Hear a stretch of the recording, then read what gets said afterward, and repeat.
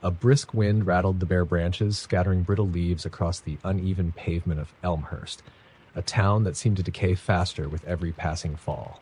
November hung in the air, heavy and oppressive, a season of gray skies and early dusk. The residents called it the dead season, a time when life slowed to a crawl and shadows grew longer, darker, and more restless. This November, though, was different. There was something off. It began with the town's oldest family, the Aldens. Their ancestral home, a sprawling Victorian mansion on the edge of a barren cornfield, had long been a subject of whispered tales. But for as long as anyone could remember, the Aldens were reclusive but harmless, until one night when the youngest Alden, 15-year-old Clara, staggered into town barefoot and wild-eyed. Her arms and legs were streaked with dried mud, her hair matted with leaves. She muttered one sentence over and over, "It doesn't like the cold anymore." No one could get anything else out of her. Clara collapsed on the sidewalk in front of the diner, her lips blue and trembling as if she'd been wandering for days. Her parents were nowhere to be found. The sheriff's department sent a search party, but the Alden home was empty. No footprints, no sign of struggle, just the echo of their barking dog, trapped in the cellar, which they found gnawing its own paw off to escape. Clara was taken to the hospital, but she slipped into a coma before sunrise. The rest of the town tried to ignore it, to rationalize. People told themselves that Clara must have wandered too far into the woods, had some sort of breakdown. The Aldens would turn up eventually, but soon other strange events began to unravel the fragile sense of security that had kept Elmhurst asleep for decades. A week later, the neighbors heard a blood-curdling scream from the Dempsey house. When they arrived, they found the youngest Dempsey boy standing at the edge of his driveway, staring at the house with vacant, unblinking eyes.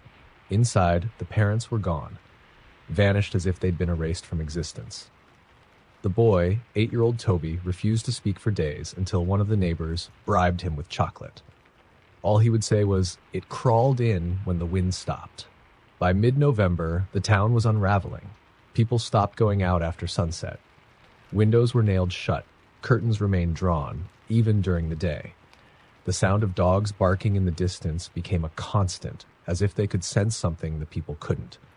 The wind would come and go without warning, howling in bursts that shook the remaining leaves from the trees, then falling dead silent, as if the air itself was holding its breath. The town's electricity became unreliable. Power outages struck without rhyme or reason, plunging entire blocks into an eerie quiet. And with each blackout came reports of something worse. Shadows that didn't move like they should, faint whispers that seemed to come from inside the walls, and, most chilling of all, the sound of footsteps circling houses long after the wind had stopped. Then came the snowfall. It was early, too early, a wet and heavy snow that blanketed Elmhurst in white by the third week of November. That's when the survivors began to notice the marks. At first, they appeared in the snow around homes. Imprints that resembled elongated handprints with too many fingers. They would lead from doorways to windows, back and forth, as though something had been pacing. On one occasion, an elderly woman called the sheriff, swearing that the marks ended at her bed. The sheriff dismissed her as senile until he found similar tracks around his own home the next morning. A group of men, fathers and brothers, armed with rifles and flashlights, banded together to patrol the outskirts of town. They didn't believe in monsters, but they believed in protecting their families. On the night before Thanksgiving, under a pale sliver of moonlight, the men found themselves drawn to the old Alden mansion. The house seemed to loom taller than it should have, its peeling paint and darkened windows almost breathing in the icy air. A strange sound came from the cornfield behind it, like wet leaves being dragged across frozen earth. What they saw stopped them cold. The cornfield was alive. No, not alive exactly. Moving. Stalks bent and twisted in synchronized patterns, forming paths that snaked in every direction. The paths didn't make sense. They looped and spiraled, intersecting at impossible angles. And at the center of it all stood a figure. It was tall, impossibly tall, with limbs that stretched and contorted like broken tree branches. Its skin was pale as frost, its eyes sunk in pits of shadow. When it turned its head toward them, the men dropped their flashlights. It began to walk, not toward them, but through them. Each man reported the same thing later, though none of them could explain how they'd survived. The The figure moved like smoke, its presence freezing the air in their lungs. They couldn't run, couldn't scream. It whispered as it passed, its voice soft and crackling like the first thaw breaking ice. It doesn't like the cold anymore. By Thanksgiving Day, Elmhurst was a ghost town. Cars were abandoned on streets. Houses stood empty with doors hanging open. Clara Alden never woke up. The few who remained swore they heard her voice on the wind that night, though. It doesn't like the cold anymore, but it will find warmth. By December, Elmhurst was buried under snow, forgotten.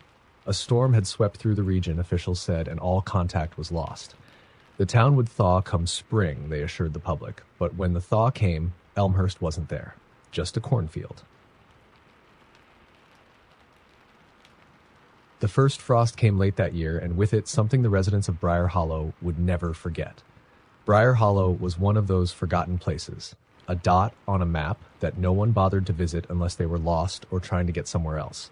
It was surrounded by thick, ancient woods that seemed to hold the air a little too tightly, like it didn't want to let go. By November, the leaves were already gone, the trees skeletal silhouettes against the gray skies. And then the door appeared. It was a Sunday morning when George Corman saw it first, standing upright in the middle of his field. Just a door frame, weathered, splintered wood with no wall attached, no hinges, no building. It was tall and narrow, leaning ever so slightly to the left as though it had been there for years. At first, George thought it must have been kids playing a prank. He grabbed his shotgun and headed out, muttering about damn teenagers under his breath. But as he got closer, his irritation turned to unease. The door wasn't leaning after all. It was straight as an arrow, planted firmly in the frozen earth. The wood looked old, almost rotted, but there were no signs of wear, no moss or nails, just a plain, smooth doorknob. He didn't touch it. Something about it felt wrong. By noon, half the town had come to see it. People whispered theories. Some said it was part of an art installation. Others joked that George had been drinking too much. But no one touched the door. The air around it was colder, they all agreed, even colder than the frosty November morning. The door was still there the next day, and the next. By the end of the week, another door appeared. This one was on the edge of the woods near the old train tracks. It looked the same, worn wood, a plain knob, and nothing around it to explain why it was there. Now people were nervous. Two random doors standing in the middle of nowhere felt less like a joke, and more like something they didn't want to understand. Then, Billy Carter touched one. Billy was 16 and always looking for trouble. He was the one kid in Briar Hollow who didn't care about rules, and when he heard people whispering about the second door, he couldn't resist. His friends dared him to open it, and he didn't hesitate. They said he reached out, grinning, and grabbed the knob. The moment he turned it, the door opened. Not like a normal door, but inward, as if it were a portal. And then Billy was gone. His friends swore they didn't see him step through. He just vanished, like a shadow swallowed by darkness. The door shut behind him on its own, and when they tried to open it again, it wouldn't budge. The sheriff was called, and a search party was organized, but there was no trace of Billy. The door didn't move, didn't open, didn't even seem real anymore. Over the next few days, more doors appeared. By mid-November, there were 10 scattered across Briar Hollow. No one knew where they came from or what they meant, but people were disappearing. Every time someone got too close, they were tempted to touch the knob. It wasn't curiosity, it was something stronger, something they couldn't resist. Mary Green, the school librarian, was last seen standing in front of the door near the church. She turned the knob, stepped through, and never came back. Old Harold Dunn, who swore he'd seen strange things in the woods as a boy, disappeared 2 days later. By Thanksgiving, there were only a few families left in Briar Hollow. The ones who stayed heard the knocking. It started late at night, faint and rhythmic, like knuckles rapping against wood. At first, people thought it was wind rattling shutters or branches brushing against the house, but the knocking always came in threes, and it always came from their own front doors. When they looked outside, they saw nothing, just the cold, empty streets. And then, one by one, the doors started appearing in their homes. First in basements, then in hallways, even in bedrooms. No one heard them arrive. They were just there. The residents of Briar Hollow began to leave in droves, packing up in the dead of night and driving until they couldn't see the woods anymore. By the end of November, Briar Hollow was empty. No one dares go back. Those who escaped say they still have nightmares about the doors, about the strange knocking that followed them long after they left. Some say they still hear it late at night, faint and rhythmic, coming from the other side of their own doors, but no one opens it. Not anymore. The old Meyer farm had been abandoned for years, its fields overrun with weeds and its barns sagging under the weight of time. Everyone in Black Creek avoided it, not because of ghosts or curses, but because of the scarecrow. The scarecrow had been there as long as anyone could remember, a tall, emaciated figure made of burlap and straw, perched on a crooked wooden post in the center of the barren fields. Its face was stitched with crude black thread, forming a wide, crooked grin that seemed too large for its head. Its button eyes were mismatched, one shiny and new, the other weathered and cracked. It didn't scare the birds anymore. They perched on its outstretched arms as if mocking it. But the stories scared the people. They said the scarecrow moved at night, its head tilting to follow the moon. They said it whispered to itself, a soft, crackling sound like dry leaves. And, worst of all, they said it didn't stay on its post. Nobody in Black Creek had ever seen it happen, of course, but they swore they'd found tracks in the mud, large, uneven footprints that trailed away from the post and disappeared into the woods. For years, the stories were just that, stories. Until the fall of 1997, when the Donovan brothers decided to test the legend. Sam and Jake Donovan weren't bad kids, just bored. Black Creek wasn't the kind of town where things happened, and the Meyer farm seemed like the perfect place for a little excitement. Armed with flashlights, they hopped the rusted fence one chilly November night and made their way through the overgrown field. The scarecrow was waiting for them. It stood in its usual place, slumped slightly to one side as if it had grown tired of holding itself up. Its grin seemed wider in the moonlight, its button eyes glinting as the boys approached. "It's just a scarecrow," Sam said, nudging Jake with his elbow. Jake, emboldened, grabbed a rock from the ground and hurled it at the scarecrow. It hit the figure square in the chest, dislodging a puff of straw. "See? Nothing to be scared of," Jake said, laughing. But as they turned to leave, a sound froze them in their tracks. A soft creak like wood bending under pressure. They spun around. The scarecrow hadn't moved, at least not that they could tell. But its head was tilted now, as if it were watching them. "Let's go," Sam muttered, his voice tight. They didn't run, not at first. But as they neared the edge of the field, they heard it again, the creak, followed by the unmistakable rustle of dry straw. This time, they did run. They made it home, breathless and pale, swearing never to return to the farm. But the next morning, something was waiting for them. A bundle of straw had been left on their front porch. Their parents brushed it off as a prank, maybe some other kids who'd heard about their adventure. But that night, Sam woke to a strange sound outside his bedroom window. Tap, tap, tap. He tried to ignore it, pulling the covers over his head, but the tapping grew louder, more insistent. Finally, he worked up the courage to peek through the curtain. The scarecrow was standing in the yard. It was no longer slumped or leaning. It stood straight and tall, its mismatched button eyes fixed on Sam's window. Its grin seemed impossibly wide now, and in one straw-stuffed hand it held the rock Jake had thrown. Sam screamed, waking the house, but when his parents rushed in, the yard was empty. The next day, Jake didn't come to school. His parents said he must have run away. His bed was empty, his shoes gone. But Sam knew better. He knew what had taken him. The scarecrow. The Donovan family left Black Creek before the end of the month, but the scarecrow remained, standing in its field with that crooked grin. And every year, as November rolls around, people say they see it again. Not in the field, but along the roads, in backyards, even outside bedroom windows. The tracks always lead back to the Meyer farm. And if you're brave or foolish enough to visit the farm at midnight, you might see it too. Standing on the edge of the field, its head tilted slightly to one side, waiting and smiling. There's a saying in Stillwater, a sleepy little town hidden deep in the mountains. Lock your doors in November. No one remembers exactly where the saying started, but everyone follows it. By the time the last leaves have fallen and the first frost glazes the windows, the town becomes a fortress. Bolts are slid into place, curtains drawn tight, and candles burned low. Stillwater doesn't celebrate Thanksgiving. It doesn't host fall festivals. By mid-November, the streets are silent. The only sounds, the occasional creak of tree branches or the distant cry of a crow. This year, though, something was different. It began with the deer. One crisp November morning, Beth Nolan found a buck lying in her front yard, its eyes clouded and its body stiff. Its antlers were broken, jagged points sticking out at unnatural angles. Around its body, the grass was scorched in a perfect circle. She called the sheriff, who muttered something about lightning and told her to forget it, but she couldn't forget. The deer wasn't the only one. Over the next week, animals began turning up all over Stillwater. A dog found in a back alley with its fur singed and its teeth missing. A flock of sparrows lying in a heap in the town square, their tiny bones shattered. The town vet couldn't explain it, and the people of Stillwater stopped asking questions. They just stayed inside. But that didn't stop it from coming.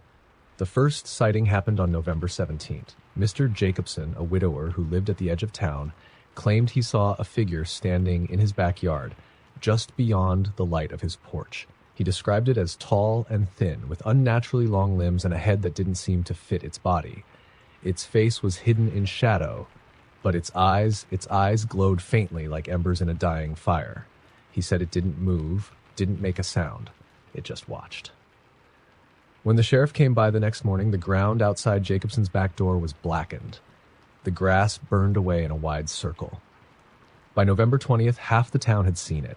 Some glimpsed it through their windows, standing in the fog that rolled in thick every evening. Others heard it tapping on their doors late at night, soft and deliberate. And always, when they looked, there was nothing there, just the faint smell of smoke and the burned grass where it had stood. Then people started disappearing. It began with the Harpers, a family of 4 who lived above the diner. When the sheriff went to check on them, he found their apartment empty. The beds were made, the dinner table set, but there was no sign of the family, just a charred handprint on the inside of their front door. The disappearances spread like wildfire. One by one, houses fell silent. Families vanished without a trace, leaving behind burnt marks on walls, floors, and windows. The town was unraveling, consumed by fear and silence. By Thanksgiving, only a handful of people remained. Beth Nolan was one of them. She stayed barricaded in her home, every door locked, every window covered. She had a shotgun by her side and a candle burning in every room. That night, as the wind howled outside, she heard it. The tapping. It started soft, almost polite, at her front door. Then it moved to the windows, slow and deliberate, like a game. She didn't move. She didn't breathe. And then she heard it inside. The footsteps were heavy, deliberate, and impossibly slow, as if whatever it was wanted her to know it was there. Her shotgun felt useless in her trembling hands. When she finally turned, she saw it. It was taller than the doorway it stood in, its head brushing the ceiling. Its body seemed stretched and wrong, as if it had been pulled into shape by invisible strings. Its face, if it could be called that, was blank, except for 2 glowing eyes and a mouth that split open far too wide, revealing rows of blackened teeth. And it spoke. Its voice was a low guttural rasp, like wood snapping in a fire. It didn't scream or threaten. It only whispered one word: warmth. Beth didn't remember much after that. She woke in the hospital a week later, one of the only survivors found in the ashes of Stillwater. The town had burned to the ground overnight. The official report blamed a gas leak, but Beth knew the truth. Stillwater's saying was wrong. Locking your doors wouldn't stop it, because the November visitor didn't need permission to come in. Every November, the fog rolled into Greystone. It came thick and sudden, like a tidal wave of gray swallowing the entire town. No matter how bright the day began, by dusk the streets would be veiled in a dense, suffocating mist. The locals had learned to live with it, though they avoided going out after dark.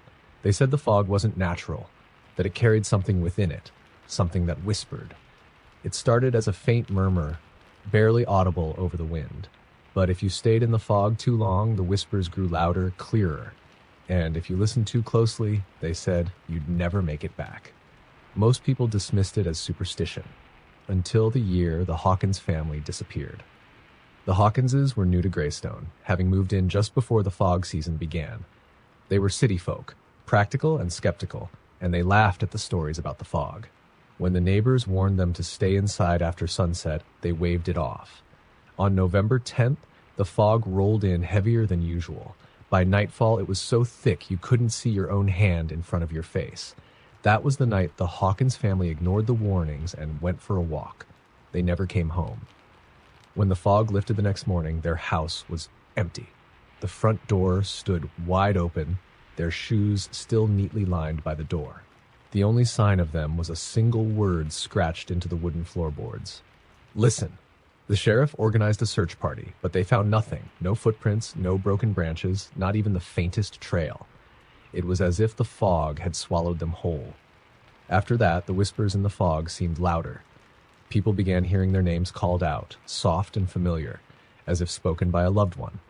Others swore they heard sobbing, laughter, or even the faint hum of a lullaby. But the most dangerous were the voices that begged for help. The town's mechanic, Roger, was the first to fall victim. He'd been working late at his shop when the fog crept in. He told his wife later that he'd heard a child crying outside, calling for its mother. He knew the stories, of course, but the sound was so real. He stepped outside to investigate, taking his flashlight and calling out into the swirling gray. The crying grew fainter as he walked, leading him further from the shop. When his wife found him hours later, Roger was crouched in the middle of the street, staring blankly into the distance. His hands were shaking and his clothes were soaked with dew. He didn't remember what had happened, but from that night on, Roger was never the same. He barely spoke, barely ate. And on the next foggy night, he vanished.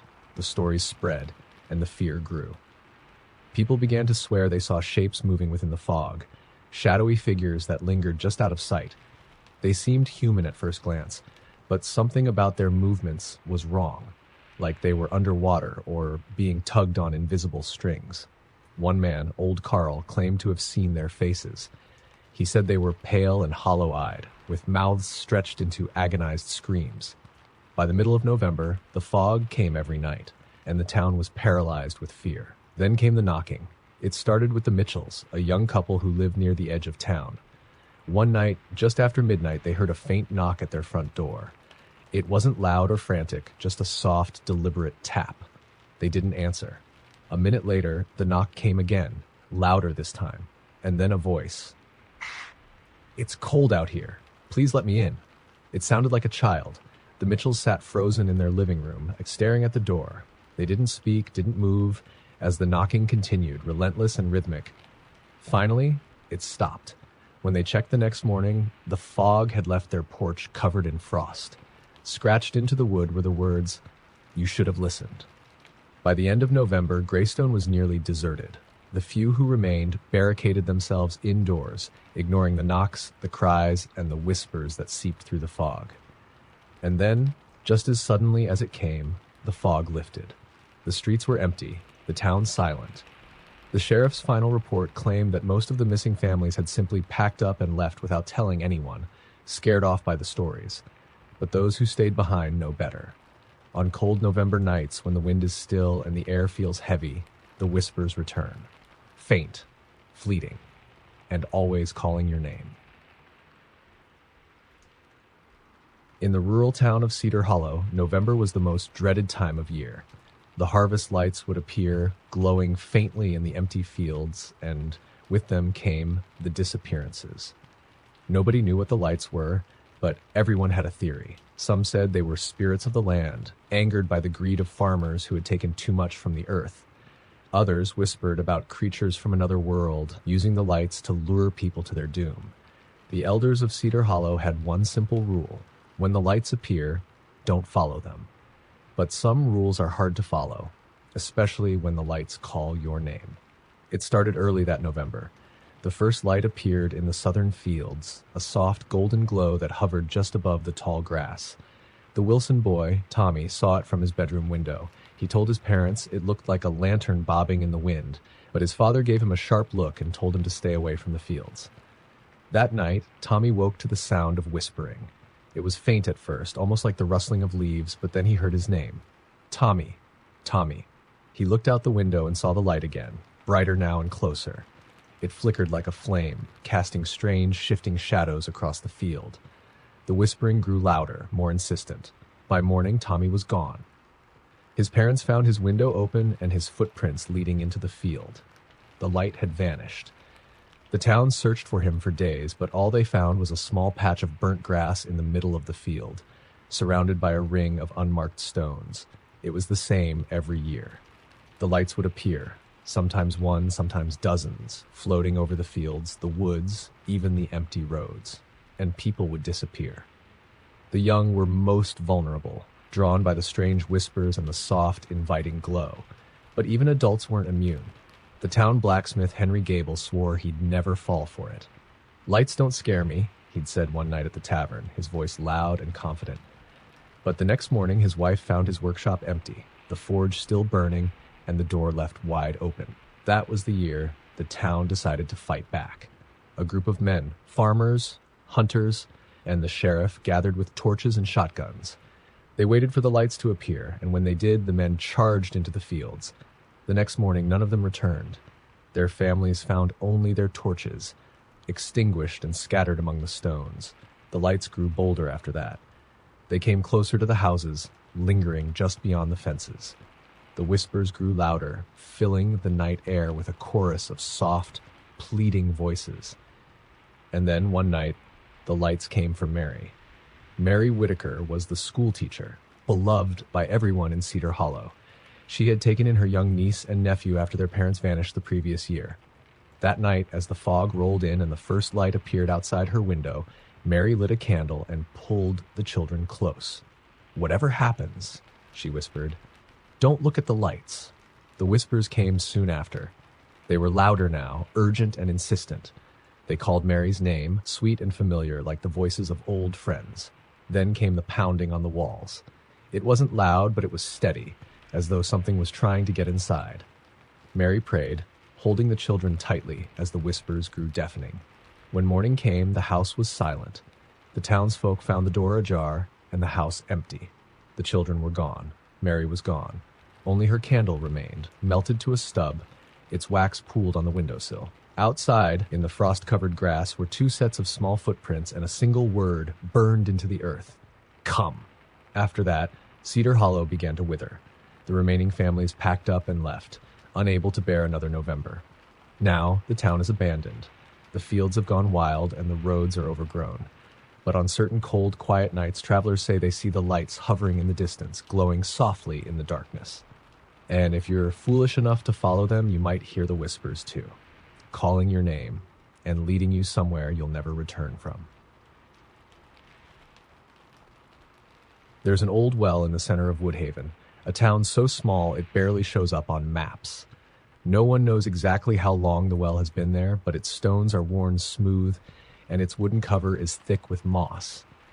The well hasn't been used in decades. Modern plumbing made it obsolete, but the people of Woodhaven leave it alone, because every November the well awakens. It starts with the sound. Late at night, when the wind dies and the streets are silent, a faint knocking can be heard coming from deep within the well. At first, it's irregular, like someone weakly tapping on the stones far below. But as November progresses, the knocking grows louder, steadier, and harder to ignore. And then the whispers begin. People say the well speaks to you in a voice you trust.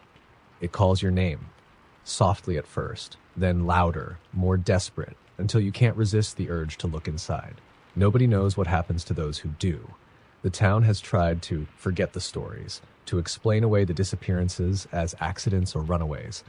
But every November, someone vanishes. This year, it was Sarah Green, a high school senior with big dreams of leaving Woodhaven. She laughed at the stories, rolling her eyes whenever someone mentioned the well.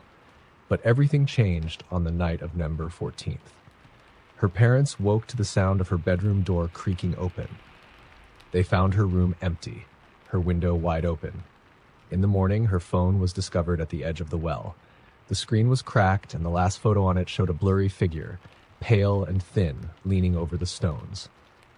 After Sarah's disappearance, the town decided to seal the well for good. They gathered at dawn, carrying cement and bricks, determined to end the nightmare. But when they arrived, the well was already covered. The heavy wooden lid, which had been removed the night before, was back in place, and on its surface, scratched into the mossy wood, were the words, "She's with us now." Despite the town's fear, the well stayed quiet for the next few days. No knocks, no whispers. People began to hope that whatever haunted it was satisfied, for now. But on November 30th, the final night of the month, the the well's voice came back louder than ever. A low, guttural groan echoed through the town, waking everyone from their beds. It didn't sound human. It was deeper, primal, like the earth itself was crying out. By dawn, 3 more people were gone: the sheriff, the librarian, and a 9-year-old boy named Danny. The townsfolk found only one clue: a trail of muddy footprints leading from each house to the well. The prints were bare, as if made by someone walking without shoes. But they weren't human. The toes were too long, the arches twisted at odd angles, and the weight pressed unnaturally deep into the soil. The town evacuated after that. No one stayed to see if the well would quiet down again, or if it would claim even more. Now Woodhaven sits abandoned, the well at its heart, hidden beneath vines and decay. Travelers sometimes stumble across it, drawn by the eerie stillness of the place. And if they linger too long, they might hear it: the faint knock of stone on stone, the whispers drifting up from the darkness, and the voice. The one that knows your name, the one that promises to take you somewhere warm, somewhere safe, if you'll just look inside. But don't, because if you do, you'll join the others, forever. The cabin that calls deep in the forest of Black Hollow, there's a cabin. It's not on any map, and no one in town remembers who built it or how long it's been there. The wood is blackened with age, the roof sagging, but somehow it stands, untouched by time or the elements. People in Black Hollow avoid the woods in November. That's when the cabin begins to call. The first sign is the knocking. It's faint at first, like the sound of distant woodpeckers, but it doesn't come from trees. It comes from inside the cabin. As the days go on, the knocking gets louder, more insistent, echoing through the forest. Then the lights appear. A soft orange glow flickers in the cabin's windows, as if someone's inside with a roaring fire. But the chimney gives no smoke, and no footprints ever lead to the door. By mid-November, the cabin starts calling for people by name. No one knows how it chooses. The voice is soft, almost gentle, like a loved one calling you home.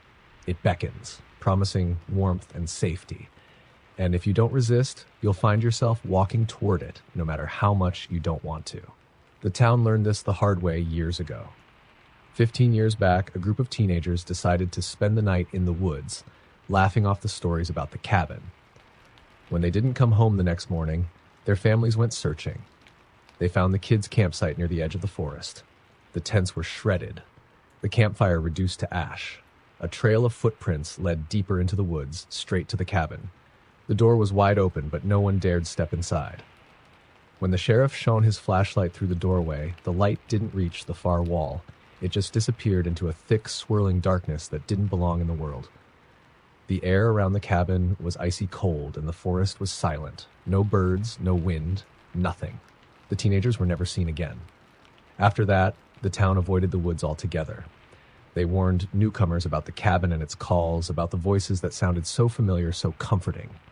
But every few years, someone didn't listen. Like Maggie. Maggie was new to Black Hollow, a city girl who'd moved there for a quieter life. When the locals warned her about the woods, she laughed. "It's just an old cabin," she said. "What's the big deal?" In early November, she decided to take a hike. That night, she came running out of the woods, her face pale and her hands shaking. She refused to say what she'd seen, but after that, Maggie kept her lights on all night and slept with the windows nailed shut. A week later, the knocking started. It came from the trees outside her house, soft and rhythmic. No one else heard it, no matter how hard Maggie tried to explain. By the next night, she swore the knocking was at her window.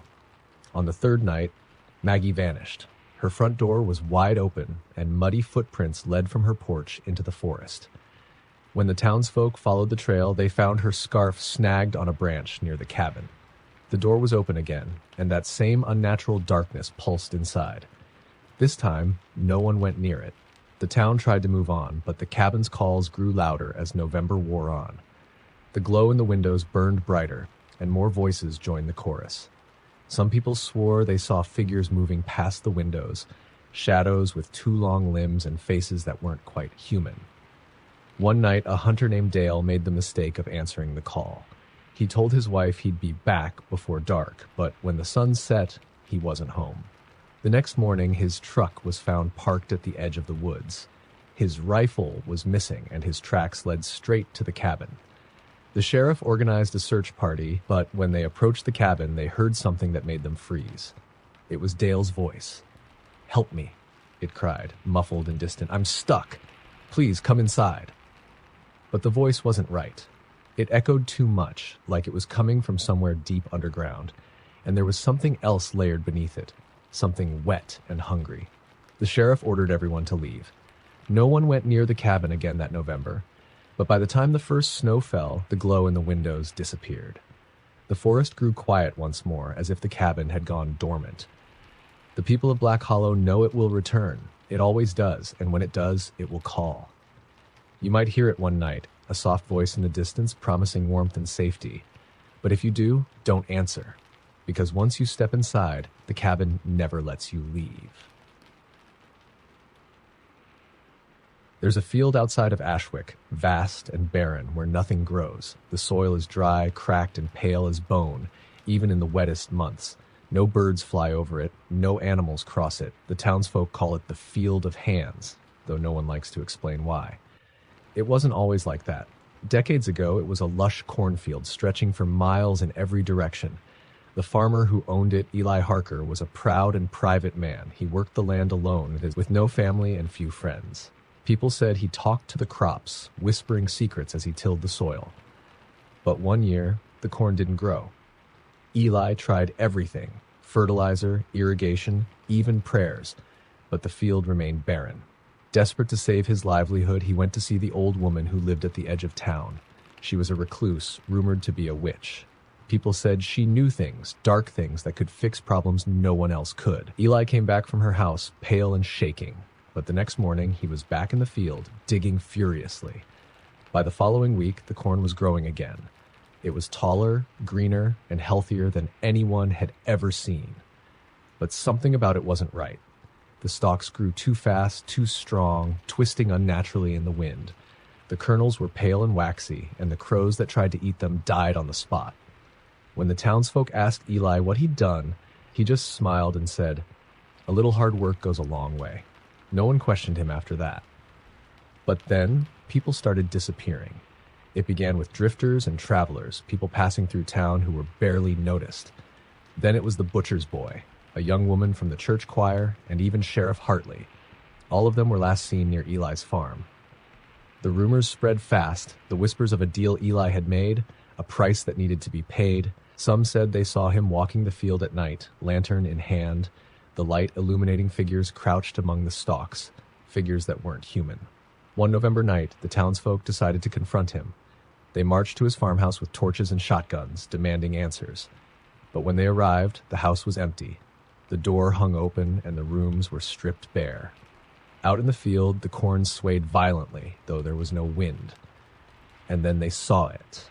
Dozens of them, pale and bony, reaching up from the soil between the stalks.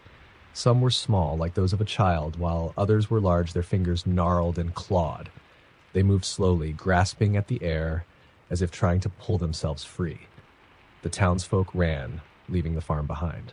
By morning, the field had transformed. The corn was gone, replaced by the dry, cracked earth that remains today. But the hands stayed. Now, every November, the field awakens. The ground begins to shift, and the hands rise higher, their movements more frantic. At night, the field is filled with a faint rustling, like dry leaves scraping together, though there's nothing growing there. And if you stand too close, you'll hear the whispers. Soft, pleading voices calling for help, begging to be pulled free. Some have tried. One year, a group of teenagers dared each other to spend the night in the field. They brought flashlights and beer, laughing at the old stories. By morning, only one of them came back. She was found wandering the road, barefoot and shaking. Her hair was matted with dirt, and her hands were raw and bleeding. When they asked her what had happened, she could only sob and mutter, "They wouldn't let go. They wouldn't let me leave." The town eventually stopped trying to understand. They built a fence around the field and put up signs warning people to stay away. But every November, the whispers return. And if you're foolish enough to stand by the fence on a cold, quiet night, you might see the hands reaching higher than ever, grasping, searching for someone new to pull into the earth. In the quiet town of Maple Hollow, November was a time of unease. The townsfolk called it the Visitor's Month, for every year, without fail, something would arrive. It started decades ago, with no pattern anyone could predict. The visitor didn't care about time or weather. It didn't knock or announce itself. It simply appeared, always after dark, standing motionless at someone's door. The first sighting was in 1952. Old Mrs. Calloway saw it on her porch, a figure dressed in a tattered black coat and a wide-brimmed hat. She claimed it was nearly 7 feet tall, with arms too long and thin to belong to any man. Its face was hidden in shadow, but she swore she could feel it watching her. She didn't answer the door. She didn't dare. The next morning, she was found sitting in her rocking chair, her hair turned completely white. She refused to speak of what happened after she saw the visitor, but from that day forward, she wouldn't let the sun set without locking every door and window. After Mrs. Calloway, the stories spread. Every November, the visitor would appear at a new house, its arrival marked by an eerie stillness. The air outside would turn icy cold, no matter the temperature, and the world would grow unnaturally quiet. Even the wind would stop. No one knew why the visitor came or what it wanted, but the rules became clear. Don't open the door. Don't speak to it, and never ever invite it inside. Most people followed the rules, but not everyone. In 1978, a young man named Peter Larson heard the knocking at his door. He'd been drinking and didn't believe in the stories. He swung the door open, ready to curse out whoever was playing a prank. What he saw stopped him cold. The visitor stood there, impossibly tall, its face still hidden beneath the shadow of its hat. It didn't move or speak, but Peter claimed later that he heard it in his head, a voice like dry leaves, whispering promises he couldn't fully understand. Peter invited it inside. The next day, his house was empty. The furniture was overturned, the walls scratched deep with marks that like clawing hands. Peter was never seen again. After that, the rules were taken more seriously. But the visitor kept coming, year after year. It didn't discriminate. Rich or poor, young or old, anyone could be chosen. Sometimes it would linger at a house for hours, tapping on the windows, scraping its fingers along the walls. And if the door wasn't answered, it would leave. But not always. One November night in 1994, the Connors family woke to the sound of scratching. It moved from window to window, a slow, deliberate noise that seemed to circle the house. They huddled together in the living room, too terrified to move, until the sound finally stopped. They thought they were safe. But when they checked the children's room in the morning, their youngest daughter, Emily, was gone. The window was wide open, frost crusted on the sill. The visitor hadn't needed an invitation. Now, the people of Maple Hollow prepare for November like clockwork. They hang protective charms on their doors, though no one knows if they work. Families keep watch in shifts, making sure no one accidentally answers the door. But this year, something feels different. The cold has come early, sharper and more biting than usual. People say they've seen shadows moving in the corners of their eyes, even during the day. The sound of knocking echoes through the town at odd hours. But when people check, no one is there. On November 5th, the visitor came for Mrs. Greeley, the school librarian. She didn't open the door, but by morning, her entire yard was filled with footprints, too large, too deep to belong to any human. On November 10th, it came for the Marcus family. They heard the whispers outside, soft and urgent, calling each of them by name. They didn't answer, but their dog vanished that night, its leash left torn in the backyard. It's November 18th now. The town feels heavier, quieter, as if everyone is holding their breath. The visitor hasn't left, not this year. It's still here, circling the town, watching. And tonight, you hear it. A soft knock at the door, followed by a second, louder one. Then, a whisper. Dry and crackling, like leaves in a cold wind. It says your name. The lights flicker. The air grows cold. You try to remember the rules. Don't open the door. Don't speak to it. And never, ever invite it inside. But the knocking grows louder, and the whispers sound so familiar, so comforting, like someone you used to know. What will you do?